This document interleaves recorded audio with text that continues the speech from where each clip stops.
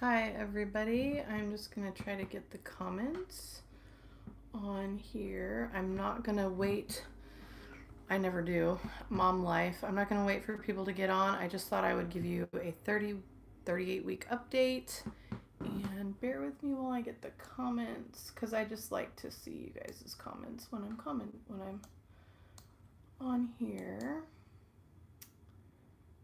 Oh, there it is. Hello, welcome to my channel. Hi, somebody's watching. Oh, okay, I have to turn these headphones off or something. I'm getting feedback. Oh my goodness. I gotta turn the computer down. Okay, forgive me.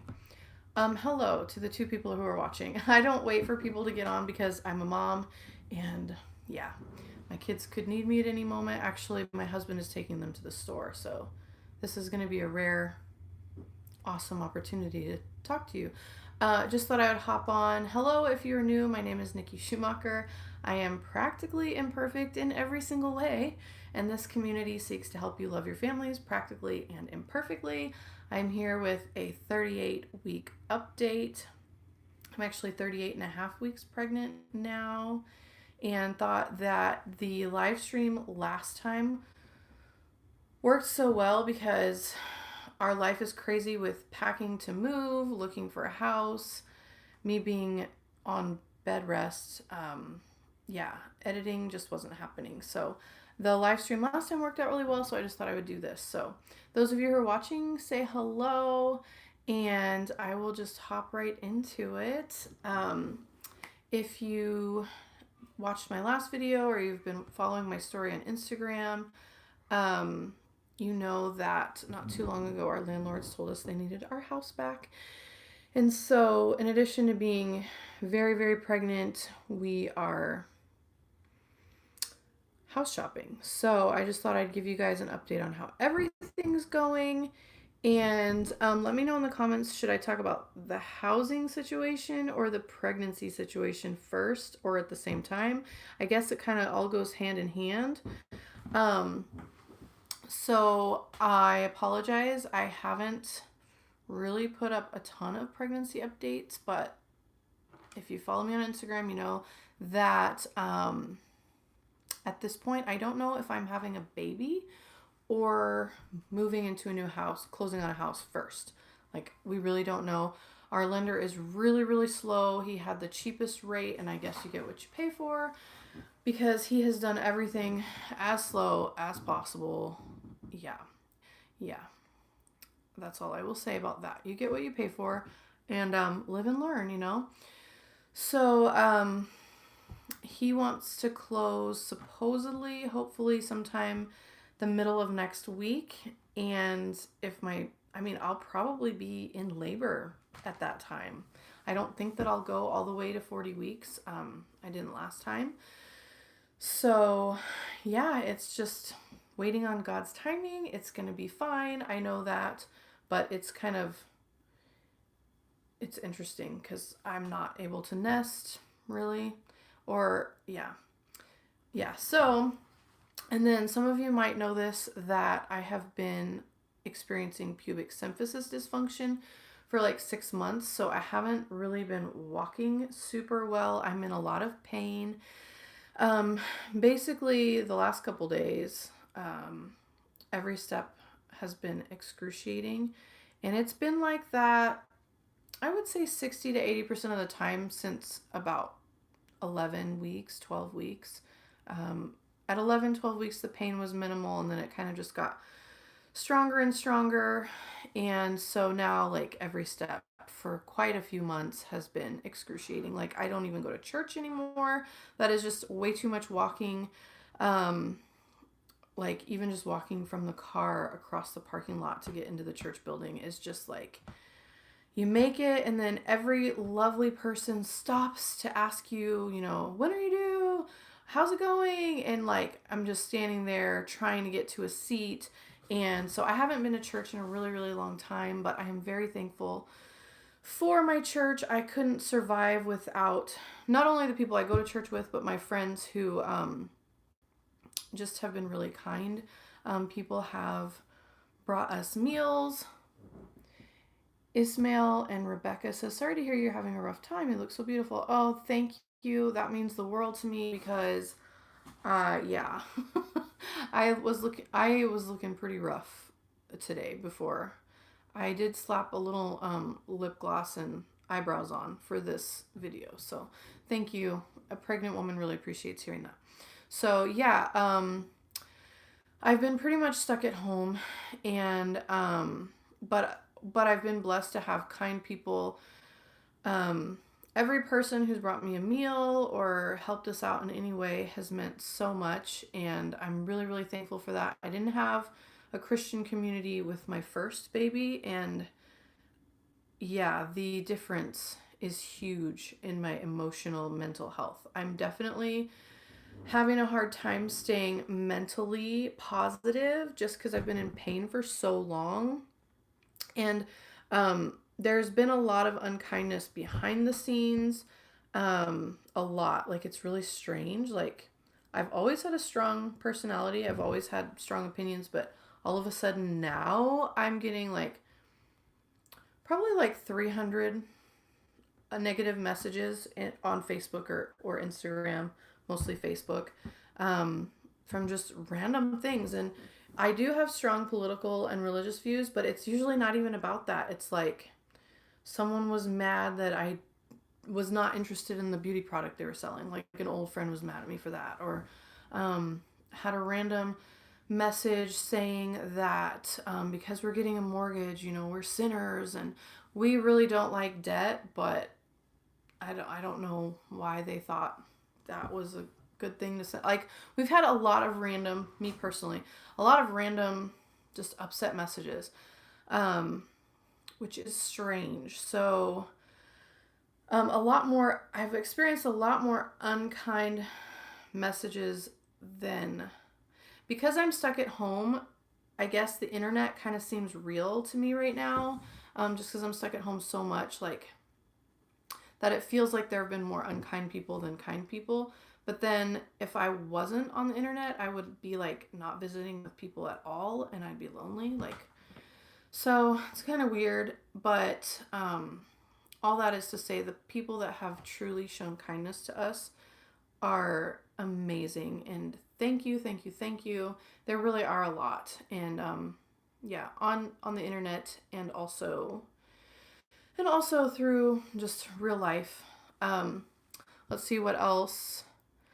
Yeah, I've had a hard time being positive, mentally positive, just because I've been in so much pain. All my pregnancies have been like this, and typically once I have the baby, I feel so much better.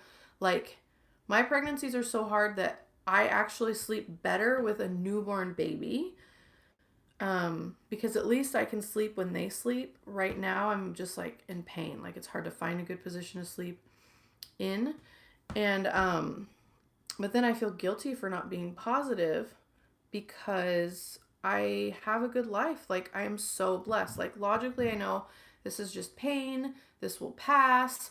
There are people that I would not trade with. There are people, I think of the Mills channel. Andrea Mills, her family just lost her. She went to be with the Lord, and a family I ran across on Instagram today I'd never seen before. I mean, they had a picture of their really young child and saying he's going to be in heaven soon. And so for me to just be so negative when I know there are people that would trade anything to be where I'm at, that just kind of like makes me even more depressed, because I'm like, oh, I'm supposed to be, abiding in Christ. And I have definitely been in my Bible a lot, taking my supplements, trying to do all the things to have good emotional health, and it's made a huge difference. There are a lot of things I didn't do with my first baby that I have done with my second and third baby, and it's made a huge difference. But my mental health with the first was like really bad, like really, really, really bad. So for this time, for me to be just kind of like negative and having a hard time being positive is actually a big improvement. And I hate to say that. I want to be that Pollyanna positive person who just, no matter what they go through, they're just like happy and joyful. And But humbly, I am not that person. But like just saying, what I'm grateful for really, really helps. And I have, we are so blessed. Our children are healthy. My husband is healthy. Yes, we are moving because we were evicted. I don't know if we're going to find a house in time. Ismail and Rebecca says your YouTube videos have really helped me out. Oh, it disappeared. Let me see if I can find it. I'm going to find the comments. I like to read the comments while I'm come on, how do you do it? How do you do it? I don't know. Let's see if I can. Oh, live chat. All messages are visible. Oh, there it is. Okay. Even just cleaning, ignore those people being negative. No, you're doing good. Oh, thank you. I'm assuming it's Rebecca because not a lot of men watch my channel. Some do, but mostly ladies do. So thank you. Your kind words, just know that every kindness just means so much. And this community has helped me a lot. Like really one of the reasons I started my channel was after my second baby was born. It was kind of the same thing.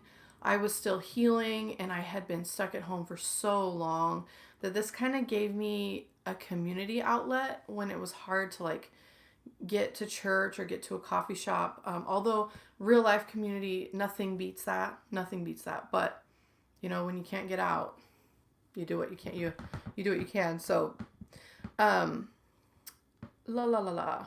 So back to, let's see. So I think, so with the housing situation, we don't know honestly, like if we're going to close in time before our actual eviction day. Like we honestly don't. Or even like if the baby is born around the same time as we close, we still wouldn't be able to move because I respect the landlords. They need their house back, but legally in Idaho, you can't actually make someone move in my situation. I know this because I've been in this situation before. Crazy story, but God teaches you lessons, and sometimes he tries to teach them more than once if you don't get it the first time. But yeah, like if the baby is born around the same day as closing, I'm still not moving till he or she is a week or two old because I know I have done my research and they do not need to be like exposed to a new environment when they're that young. They need a week or two to protect their immune system. And I am not sorry. I'm going to do the best thing that I know for my kid's immune system. And not to be too preachy, but in Leviticus 12, it says that, like, I don't think I'm bound to the Old Testament or whatever. I just think that there's a lot of cleanliness laws in there that are just really good for our health. But it says, a new mother and her baby are unclean until the 8th day if it's a boy, and that's when they would take him to be circumcised. So really, you wouldn't take a baby boy out for a week. And then if it's a girl, it's 2 weeks. You wouldn't take the girl out till the 15th day.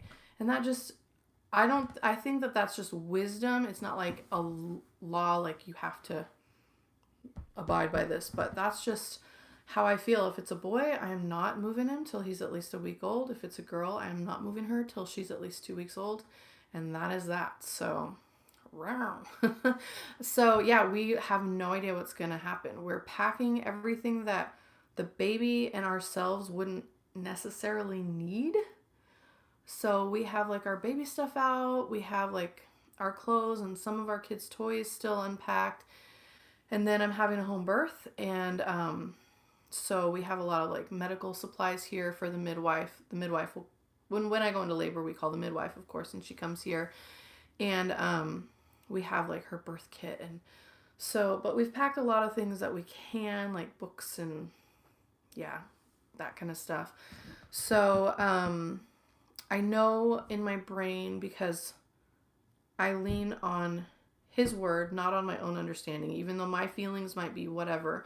I know God's timing is good, and this is going to be a blessing. The house that we're closing on, it's going to be a blessing. God is in charge. And yeah, it's going to be great. It's going to be wonderful. Like, yeah, I mean, God knows what he's doing. Social anxiety. I have a lot of social anxiety. People, like, even on the good days, I honestly don't like going anywhere because, like, if I'm in, like, not too much pain to go like, if I'm feeling good enough to go somewhere, like I'm having a low pain day, 100% of the people that are like, oh, when are you due? When are you due? Or then if I tell them when I'm due, like since like 4 or 5 months, this has been the case. They're like, oh, really? You're so big. Like seriously, I would say 99% of it out of 100 people who talk to me, like strangers or even like people at church, old ladies at church and stuff, or vendors, like if I'm buying something, they tell me I'm big. And it doesn't make me feel bad about myself, but it makes, like, I have a hard time being gracious right now about stuff like that. Really? Like, and the funny thing is, it's usually larger women who tell me this. And I'm thinking, shouldn't you know, like, I would never mention your size. Like, shouldn't you know that that's not something women really like to hear? Like, we don't like to hear anything about, like, our size. Like, I don't know. So, yeah, I have a hard time being gracious, and I'm praying that the Lord can help me with that, but it is what it is. Or they'll be like, how are you feeling? And then they'll say something like, I don't know how to say, like, I don't know if I should lie, which I'm a Christian, so we try not to be honest, and say, like, oh, I'm feeling fine, which really every step I take kind of hurts a little bit or a lot, depending on the day. But then usually if I say, you know, I'm really hurting, I would say 90% of the time their response is like, oh, well, it's worth it, or this too will pass. And I'm talking when you're 4 months pregnant and you know you have 5 more months ahead of you of pain with every step, and someone's like, oh, this too will pass, it makes you feel kind of like they don't care. So why did you even ask if you don't care?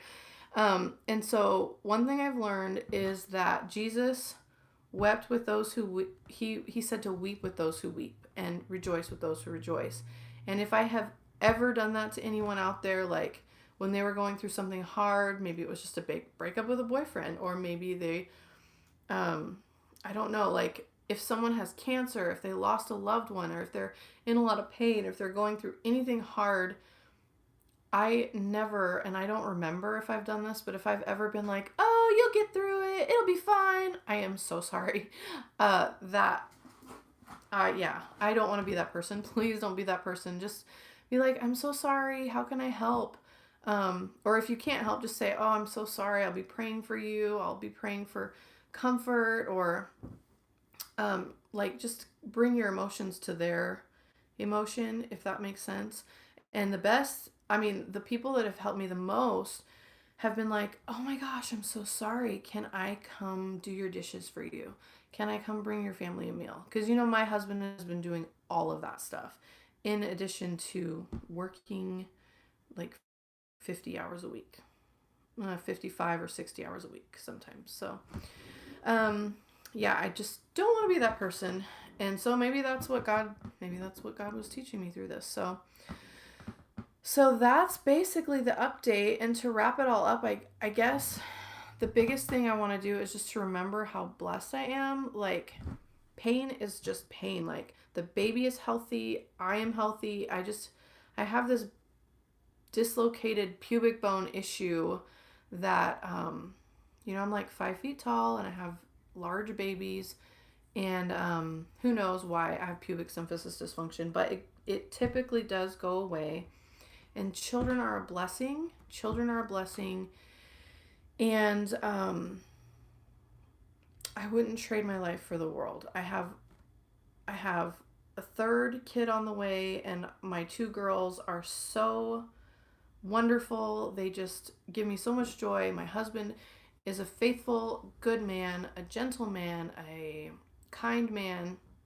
And in our valley, there are a lot of people going, well, a lot of Californians are moving here.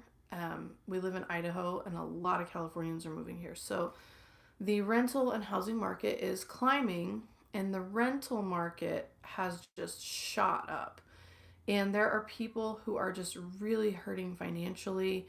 And I've been there before, but this time, yeah, we're having a hard time with the timing, but financially, we're not having a hard time buying a house. And I know that I need to be thankful for that. I need to be thankful for overall, all of us have good health and just so many things. So I hope this update finds you well. If you have any questions about anything, let me know. I was thinking of doing an update on my other channel as well. I don't know. But yeah, that's pretty much it. 38 weeks pregnant and still don't know when we're going to move. So I will keep you guys updated. And I'm going to try to actually vlog the birth. I'm going to try. Obviously, I will try to keep it PG because this is YouTube. Like, I wouldn't be trying to show anything. And so we'll see how that goes. Because, like, if I set up the camera somewhere, but then the footage is, like, too National Geographic, then obviously I won't be able to put that up. My last 2 births, I think I birthed pretty much naked. Can we see your bump? Oh, yeah. Okay. It's big. There you go. That's it. Boom. Oh, thank you for asking that, because I know I always want to see people's bump too when they give pregnancy updates. I'm like, please. So anyway, so that is pretty much it. I will, like I said, I'll try to vlog the birth if I can. I do tend to birth naked, so if it's too graphic, obviously I won't be able to do that. Oh, I love your dress too. Thank you. It is from Target. I bought it in the spring, and it has been the perfect summer pregnant dress. So I bought a couple floral dresses, and they've been great. So now I just have to, like, make it till when this baby's born, because I've outgrown all my pants and shirts. Like, none of them fit, and now it's getting colder. So I'm like, come on, baby, please. Because as soon as I have this baby, then my winter, fall clothes will fit. So hopefully we don't have too many more cold days, because I'm not buying any more clothes right now. So anyway, thank you guys for joining. That's encouraging. I know this is not the greatest time, but my husband took the kids to the store, so it worked out. So love you guys. Remember, you are good. You are precious. Grace and peace.